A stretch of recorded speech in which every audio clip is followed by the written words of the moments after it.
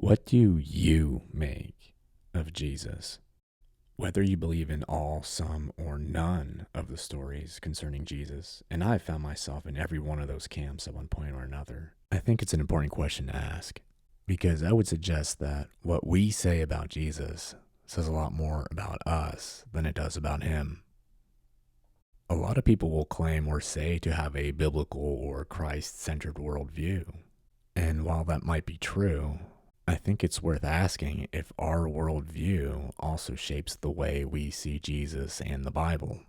If you've been exposed long enough to Christianity, church, and Jesus as I have, you'll figure out it's not that difficult to make Jesus or the Bible say whatever you want or need it to say. For instance, would you like a pro-Second Amendment Jesus? I gotcha. What about a pro-gun control Jesus? That's pretty easy too. You need to support your stance on abortion? Here you go. Fearfully, wonderfully made. Do you need an exception to that rule? Sure. We can make an exception by making an example of the Samaritans. It's like that song, right? Your own personal Jesus. And so there are 3 questions that Jesus asks in the gospel that I find so interesting. Because even though they relate to him, I think they reveal us. The first question is when he asks, yeah, but who do you say that I am? This is a question that shows up in all of what's called the synoptic gospels, right? So Matthew, Mark, and Luke. In all 3 of these gospels, the context is the same. Jesus asks, who do people say that I am? And they give a bunch of answers, John the Baptist, Elijah, a prophet. And then he says, yeah, but who do you say that I am? And my observation is that the answer will depend on the individual, right? There are those who really don't know what to make of Jesus or don't make anything of him. And I think a lot of people come to that conclusion either because they haven't thought about Jesus at all, or they have and just don't know what to make of him. And then there are those who do make something of Jesus. And my observation there has been that they usually hold an opinion because they haven't thought about it, but are just accepting what someone else has told them. Or they have an opinion about Jesus because it's who they would like him or want him or need him to be. And I'm often reminded of what the Roman Stoic philosopher Seneca said. In the context, he's talking about people that just quote a bunch of different philosophers, namely Zeno and Cleanthes. And he goes, Zeno says this, but what have you said? Well, Cleanthes says this. Yeah, I understand that. What have you said, right? What do you say? Who do you say that I am? And I think the answer today is one that pops up a lot, right? It's one of the themes that I noticed when I was reading the Gospels for this video. It's the amount of people wanting Jesus to be king. Right, in the book of John, there's an episode when Jesus feeds a bunch of people, and then he realizes that they are about to come and take him by force to make him king. And how often does that happen today, where Christians will try to take Jesus by force or install him that way and make him king? I thought it was kind of funny how sometimes Jesus just needs to get away from his followers. Right, it says he withdrew again to the mountain by himself. Right, it made me think that there are a lot of Christians who are running after Jesus with a lot of force, and it could be because he's actually running away from them. But I find that's an interesting theme that kind of is reoccurring in the book of John. It's people either wanting to make him king or asking if he is one. So like when he has a conversation with Pilate, right? Pilate says, are you the king? And are you the king of the Jews?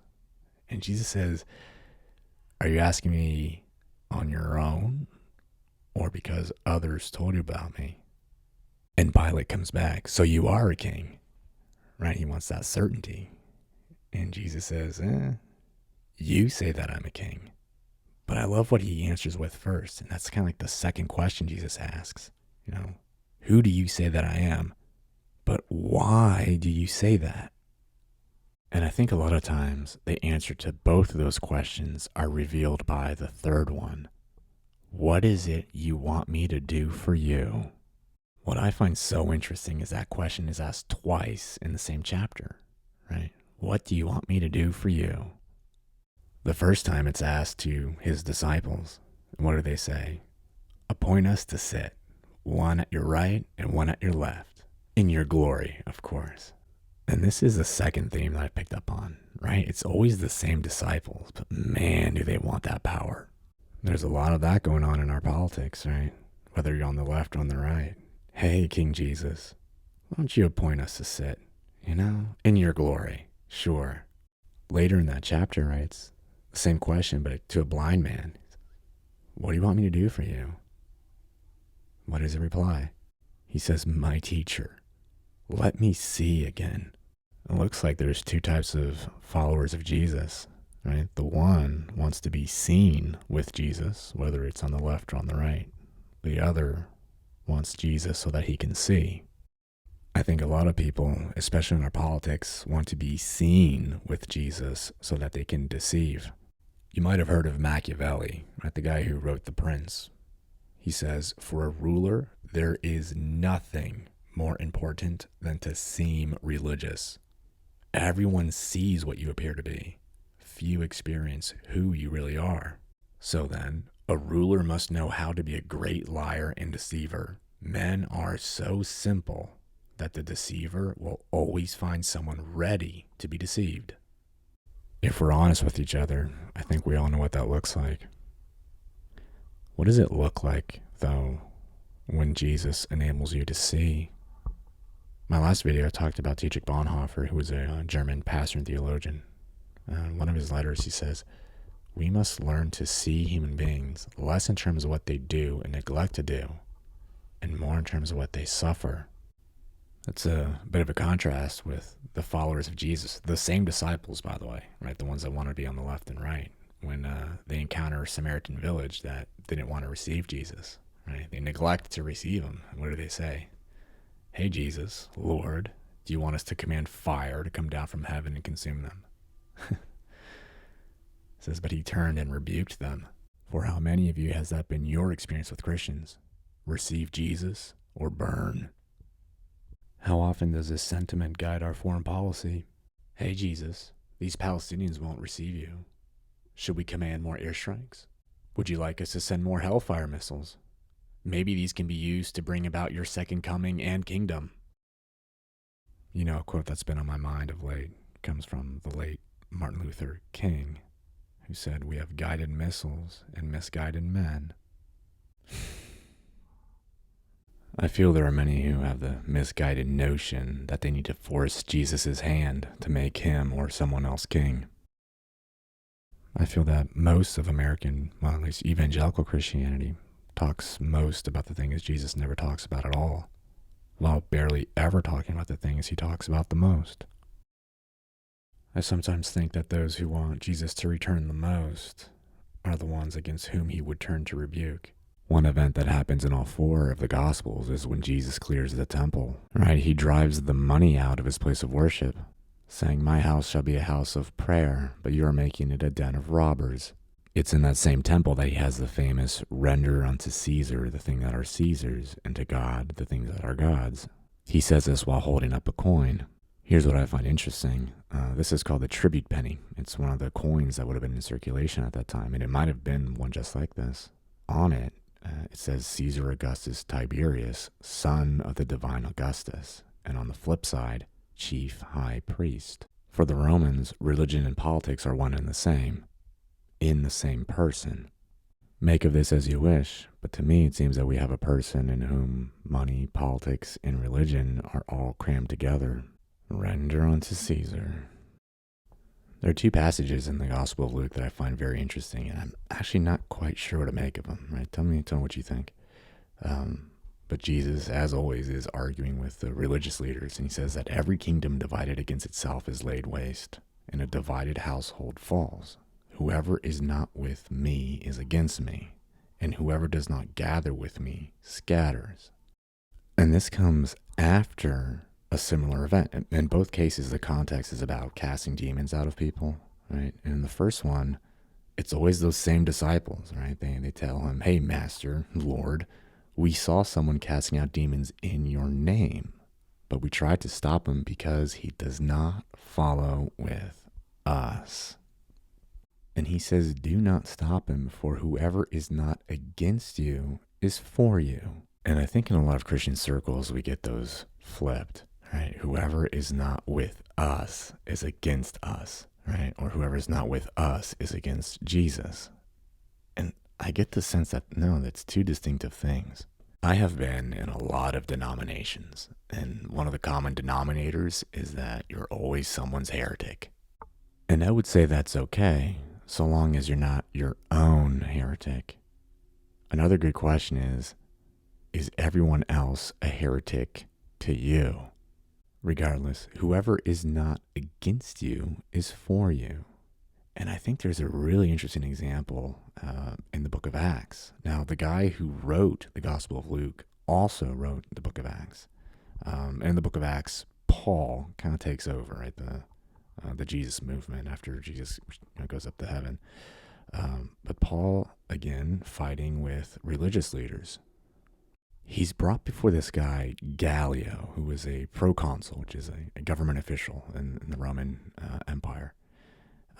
And his accusers say, this man is persuading people to worship God in ways that are contrary to the law, right? He doesn't follow with us.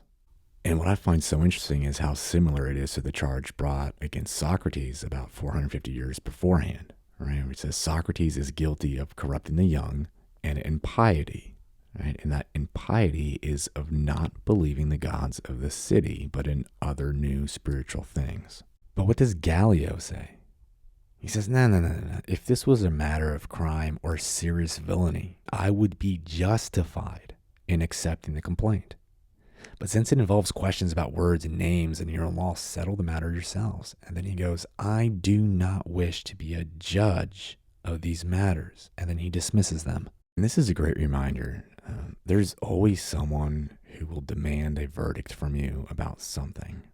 You don't have to render judgment on everything. You always own the option of having no opinion. He who is not against you is for you. And what I find interesting here is Gallio is not a follower of Jesus, right? He's a Roman pagan, so he believes in the pantheon and Jupiter and all that. But he's not against the Jesus movement. Now, I like your opinion on this matter. In his letter called Of a Happy Life, Seneca says that Jupiter, which is another name for Zeus, is portrayed by the poets as someone either with wings, another with horns, or an adulterer, or dealing harshly with the gods and men. He says we give the gods these human attributes so that we feel less guilty in sinning if we believe that they do the same. Who do you say that I am? Someone who can justify me. And I find that pretty insightful, how people will argue over names and attributes of the gods when really they're talking about themselves. Now, what do you make of this? Seneca is writing this letter to his brother, Gallio. The same Gallio who refused to be a judge over these matters and saved Paul in the process. And I think what I like the most about this letter is how Seneca will say, I do not bind myself to any one of the chief of the Stoic schools, for I too have a right to form my opinion. I shall therefore follow the authority of some of them, but shall ask some others to expand their meaning. How many Christians feel comfortable in doing that with their own scriptures? The irony is that even though they say they would never do that, we all do. Well, Jesus didn't really mean that. Well, that was a different context. Well, that doesn't apply to me. In another letter addressed to a friend, he says, we can debate with Socrates. We can entertain doubts with the skeptics, be at peace with the Epicureans, overcome human nature with the Stoics, and go beyond it with the Cynics. That's pretty different than he doesn't follow with us, right? How many Christians feel at liberty to directly disagree with Paul or even Jesus? They do it anyways, right? But they just won't say it. I would encourage you to find a family or a group of people with whom you can have these conversations. This next section of this letter is probably my favorite literary work. He says, it was not in our power to choose our parents. They were given to us by chance. And I know a lot of you wish you could have chosen differently, right? Yet we can be born to whomever we wish. There are the households of the most distinguished intellects. Choose the one into which you would like to be adopted. Who do you want to be a son or daughter of? Right? How would you like to be born again? And here's the thing, if you choose wisely, you'll have friends whose advice you can seek on the greatest and least important matters. Right? They'll tell you the truth without insult. And for me, more importantly, is they will provide a model after which you can fashion yourself. Marcus Aurelius, one of the Roman emperors, says that Maximus was my model for self-control. Now, we don't know who this guy was, or maybe the gladiator, right? But he says nobody was ever made by him to feel inferior. I would say that's a great model, right? If you can be the person that never makes anyone feel small. And a lot of people will say that Jesus is that model for them, and I would encourage that. But I would also caution and say that is why it is so important to ask yourself what you make of Jesus if you want him to make something out of you. A lot of people will say that Jesus is their model, but they can't see that they're actually modeling themselves off of his disciples. For those disciples, it's not self-control that matters, but controlling others. How often do they want power? And I'm going to suggest that Christianity really reveals its true power when it doesn't try to chase the political one. There's a letter from the last pagan Roman emperor called Julian the Apostate that he's writing to his chief high priest. He says, "It is disgraceful when no Jew ever has to beg, and the impious," right there it is again, impious Galileans, and that's the Christians, support not only their own poor, but ours as well. All men see that our people lack aid from us. You know, I often think of how great America could be if Christians supported the poor and not the powerful. Now, Julian was the last pagan Roman emperor. The following ones were Christian, notably Theodosius I and Gratian. At this point, Rome had an Eastern and a Western emperor, left, right, and they issued what's known as the Edict of Thessalonica. This made Jesus, as described in the Nicene Creed, the only allowable Jesus and the only allowable religion in the Roman Empire. Do you remember what Gallio said? He did not want to be a judge over matters concerning names and religious laws. Well, here it says we order, right? We command the followers of this law to embrace the name of Catholic Christians. As for the others, and this includes the pagans and the other different denominations or schools of thought regarding Christianity, they are foolish madmen in our judgment, and we decree that they shall be branded as heretics. Do you remember how Bonhoeffer said that we need to see humans in terms of what they suffer, right? The emperors continue, they will suffer in the first place the punishment of divine condemnation, and in the second, the punishment of our authority, which in accordance with the will of heaven, we shall decide to inflict. Hey, Jesus, Lord, shall we call down fire? Now, the Roman Empire had always been a dumpster fire of some sort, and I'm not saying this was the main cause, but 30 years after the proclamation of this edict, we would see the sack of Rome. Every kingdom divided against itself is laid to waste. You tell me if you see some similarities with our situation right now, but doctrine became more important than debate, reading Paul more important than reading about policy. I don't think it's an accident that the First Amendment of our Constitution prevents the preference or the prohibition of any and all forms of religious exercise. And I would encourage you to exercise your mind in thinking about these things. I start out this video by asking you what you made of Jesus. And no matter what you responded with, right, and ultimately that's between you and him, my hope for you would be that it would make you better. Whether that makes you a better Christian or a better atheist or anything in between, a better neighbor, a better friend, a better citizen, a better spouse, that would be my hope for you. And if you would like to help me become better at making these videos, send this to someone that you know is doing their best, and go ahead and participate in those comments in your best way. Tell me what you liked. Tell me what I could have done better. My next video will be about money and politics. I used to work as a stockbroker for a pretty big investment company. So I have some insight on how the wealthy operate and how they view the world. And then I think another one I'll do is on manliness, right? What does it mean not just to be a man, but a good one? I think those are conversations that need to take place in this culture. So if those are the things that you would be interested in participating in, by all means, go ahead and subscribe. I'll see you around.